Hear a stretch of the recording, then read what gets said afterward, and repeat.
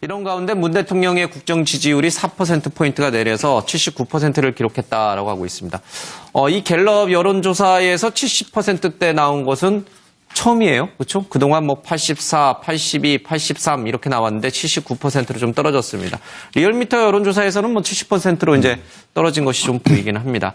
역시 인사와 관련된 얘기 또 사드와 관련된 얘기들이 지지율 하락을 좀 가져온 것 아닌가. 그래도 호남 지역에서는 여전히 96%로 굉장히 좀 높은 항목을 갖고 있습니다. 소통과 공감, 공약 실천 항목이 높은 평가를 받았고요. 인사와 북핵, 안보 문제가 부정평가의 상위에 좀 랭크가 됐습니다. 79%도 높은 거예요. 결코 낮은 건 아닙니다만은 일단 추세가 하락세로 꺾였다는 것이 좀 의미가 있는 것 같습니다. 문 대통령이 뭘 잘못했을까요? 제일 큰 문제가 인사 문제였다고 봅니다. 인사청문회? 예. 근데 인사청문회의 어떤 내용들이 다뤄졌는가 하는 부분은 논의를 하고요. 실제로 그 인사청문회에서 좀 더 정책적인 부분들, 능력들 이런 것들이 검증이 안 되고 아주 지역적인 것들이 주로 다뤄졌다는 그런 안타까움들은 논의를 하더라도 실제로 좀 더 철저하게 자기가 공약에서 내세웠던 그런 원칙들을 적용을 해서 인사를 했어야 됐고 그렇게 못했다고 한다면 그 못한 부분들에 대해서 소상히 좀 설명을 할 필요는 있었다고 봅니다. 그런데 그런 것들이 진행이 안 되는 데다가 지금 더군다나 탁현민 씨 같은 그 청와대 행정관의 문제까지 불거졌어요. 그러면 청문회에 드러나지 않는 이 행정관급에 대해서는 또 얼마나 부적절한 인사들이 들어갔을까 하는 의심들이 커져가는 정황이라서 특히나 탁현민 씨 문제는 여성 지지자들에게서는 굉장히 부담감이 가는 그런 상황들이 벌어지고 있기 때문에 빨리 문제를 해결하지 않으면 지금 현재 국정의 어떤 드라이브를 하기가 좀 어려운 상황이 올 수도 있기 때문에 빨리 처리가 됐으면 좋겠습니다. 대통령께서는 그 박 전 대통령의 그 인사에 관한 것을 반면교사로 삼으셔야 될 걸로 보입니다. 우리가 항상 박근혜 전 대통령 인사에 있어서 문제였던 게 수첩 인사라고 그러지 않습니까? 수첩에 있는 사람만 한다는 거. 결국엔 나와 코드가 맞는 사람, 나를 지지하는 사람, 선거 때 도움을 준 사람 이런 사람들 중에서만 찾으면 폭이 좁을 수밖에 없거든요.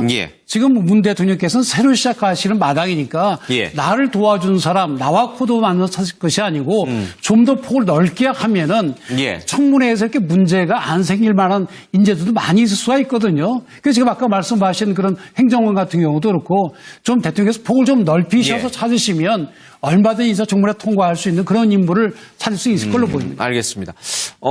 여당이나 청와대에서는 야당의 이런 인사청문회와 관련된 반대라든지 보이콧이 국정 발목 잡기다, 대통령 발목 잡기다라고 이제 얘기를 하고 있습니다만은 이렇게 지지율이 이 문제 때문에 하락하는 걸로 돌아서게 되면은 그래도 발목 잡기라고 하는 야당의 전략이 통한다라고 야당은 또 생각하고 앞으로 더 심해지지 않겠습니까? 근데 만약 이제 그 부분은 야당이 이제 자신감을 얻으려면 떨어진 국정 운영 지지율이 자기들한테 와야 되는데 전혀 이게 정당 지지율로 좀 이어져야 되는데 전혀 반응이 없거든요. 그러니까 문재인 대통령께 조금은 아쉬운 점은 있지만 그 지지율이 야당을 지지해 줄 정도의 마음은 아니다라는 걸 확인을 해야 될 것 같고요. 그 말은 뒤집어서 얘기를 해보면 아직은 야당은 계속 실망을 주고 있다라는 얘기가 되거든요.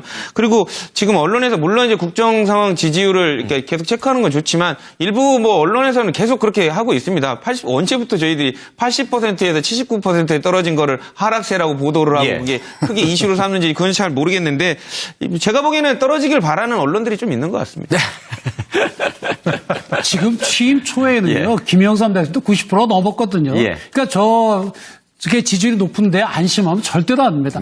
나중에 물러나실 때 정말로 저 오바마처럼 국민들이 한 번 더 해보고 싶은 그런 대통령이 그렇게 되시도록 해야죠. 알겠습니다. 그런 있었다고 봅니다. 그런데 그런 것들이 진행이 안 되는 데다가 지금 더군다나 탁현민 씨 같은 그 청와대 행정관의 문제까지 불거졌어요. 그러면 청문회에 드러나지 않는 이 행정관급에 대해서는 또 얼마나 부적절한 인사들이 들어갔을까 하는 의심들이 커져가는 정황이라서 특히나 탁현민 씨 문제는 여성 지지자들에게서는 굉장히 부담감이 가는 그런 상황들이 벌어지고 있기 때문에 빨리 문제를 해결하지 않으면 지금 현재 국정의 어떤 드라이브를 하기가 좀 어려운 상황이 올 수도 있기 때문에 빨리 처리가 됐으면 좋겠습니다. 대통령께서는 그 박 전 대통령의 그 인사에 관한 것을 반면교사로 삼으셔야 될 걸로 보입니다. 우리가 항상 박근혜 전 대통령 인사에 있어서 문제였던 게 수첩 인사라고 그러지 않습니까? 수첩에 있는 사람만 한다는 거.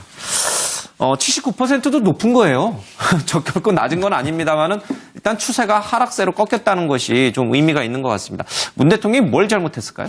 제일 큰 문제가 인사 문제였다고 봅니다. 인사청문회? 예. 근데 인사청문회의 어떤 내용들이 다뤄졌는가 예. 하는 부분은 논의를 하고요. 실제로 그 인사청문회에서 좀 더 정책적인 부분들, 예. 능력들 이런 것들이 검증이 안 되고 아주 지역적인 것들이 주로 다뤄졌다는 그런 안타까움들은 논의를 하더라도 예. 실제로 좀 더 철저하게 자기가 공약에서 내세웠던 그런 원칙들을 예. 적용을 해서 인사를 했어야 됐고 그렇게 못했다고 한다면 그 못한 부분들에 대해서 소상히 좀 설명을 할 거. 결국엔 나와 코드가 맞는 사람, 나를 지지하는 사람, 선거 때 도움을 준 사람 예. 이런 사람들 중에서만 찾으면 폭이 좁을 수밖에 없거든요. 예. 지금 문 대통령께서는 새로 시작하시는 마당이니까 예. 나를 도와준 사람, 나와 코드 맞는 찾을 것이 아니고 좀 더 폭을 넓게 하면은 예. 청문회에서 이렇게 문제가 안 생길 만한 인재들도 많이 있을 수가 있거든요. 그래서 지금 아까 말씀하신 그런 행정관 같은 경우도 그렇고 좀 대통령께서 폭을 좀 넓히셔서 예. 찾으시면 얼마든지 인사청문회 통과할 수 있는 그런 인물을 찾을 수 있을 걸로 보입니다. 알겠습니다. 여당이나 청와대에서는 야당의 이런 인사청문회와 관련된 반대라든지 뭐 보이콧이 국정 발목 잡기다, 대통령 발목 잡기다라고 이제 얘기를 하고 있습니다만은 이렇게 지지율이 이 문제 때문에 하락하는 걸로 돌아서게 되면은 그래도 발목 잡기라고 하는 야당의 전략이 통한다라고 야당은 또 생각하고 앞으로 더 심해지지 않겠습니까? 근데 만약 이제 그 부분은 야당이 이제 자신감을 얻으려면 떨어진 국정 운영 지지율이 자기들한테 와야 되는데 전혀 이게 정당 지지율로 좀 이어져야 되는데 전혀 예. 반응이 없거든요. 그러니까 문재인 대통령께 조금은 아쉬운 점은 있지만 그 지지율이 야당을 지지해 줄 정도의 마음은 아니다라는 걸 확인을 해야 될 것 같고요. 그 말은 뒤집어서 얘기를 해보면 아직은 야당은 계속 실망을 주고 있다라는 얘기가 되거든요. 그리고 지금 언론에서 물론 이제 국정 상황 지지율을 이렇게 계속 체크하는 건 좋지만 일부 뭐 언론에서는 계속 그렇게 이런 가운데 문 대통령의 국정 지지율이 4%포인트가 내려서 79%를 기록했다라고 하고 있습니다. 이 갤럽 여론조사에서 70%대 나온 것은 처음이에요. 그렇죠? 그동안 뭐 84, 82, 83 이렇게 나왔는데 79%로 좀 떨어졌습니다. 리얼미터 여론조사에서는 뭐 70%로 이제 떨어진 것이 좀 보이긴 합니다. 역시 뭐 인사와 관련된 얘기 또 사드와 관련된 얘기들이 지지율 하락을 좀 가져온 것 아닌가. 그래도 호남 지역에서는 여전히 96%로 굉장히 좀 높은 항목을 갖고 있습니다. 소통과 공감, 공약 실천 항목이 높은 평가를 받았고요. 인사와 북핵, 안보 문제가 부정평가의 상위에 좀 랭크가 됐습니다.